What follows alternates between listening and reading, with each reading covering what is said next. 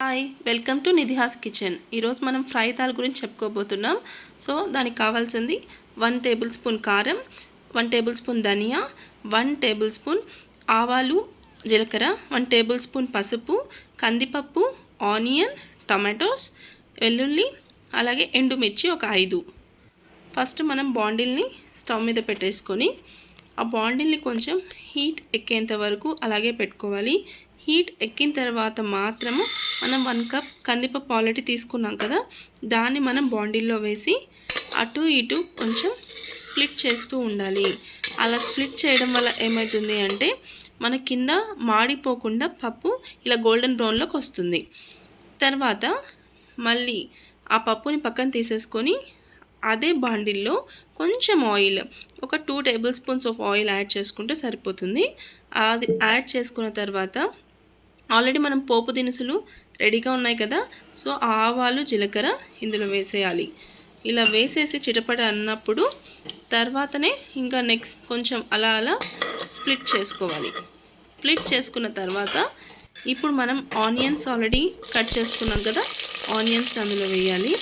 అందులో వేసిన తర్వాత నెక్స్ట్ ప్రాసెస్కి వచ్చేసరికి మనము ఎండుమిర్చి తీసుకున్నాం కదా, అవి ఒక 5 వేసేయాలి.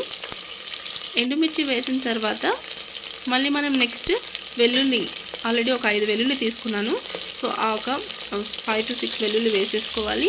తర్వాత టమాటో వేసేసుకోవాలి. ఆల్రెడీ టొమాటో కట్ చేసుకున్నాం.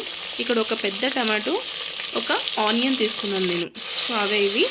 సో ఇది వేసుకున్న తర్వాత పసుపు, ఆల్రెడీ 1 టేబుల్ స్పూన్ పసుపు వేసుకున్నాం, అదే ఇది.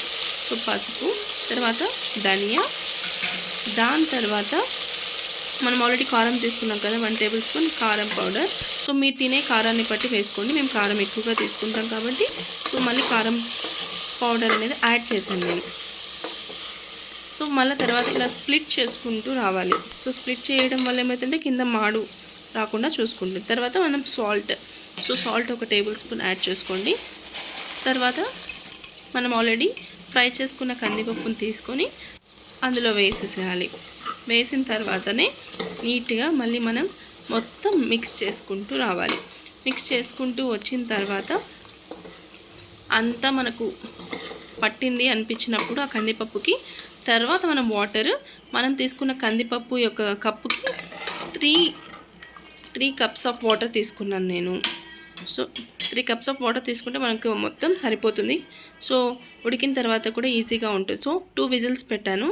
2 విజిల్స్ పెట్టిన తర్వాత ఇలా అవుతుంది. తర్వాత మనం పప్పుని నీట్గా మనం మిక్స్ చేసేసుకోవడమే. రామేసుకుంటే ఇలా వచ్చేస్తుంది.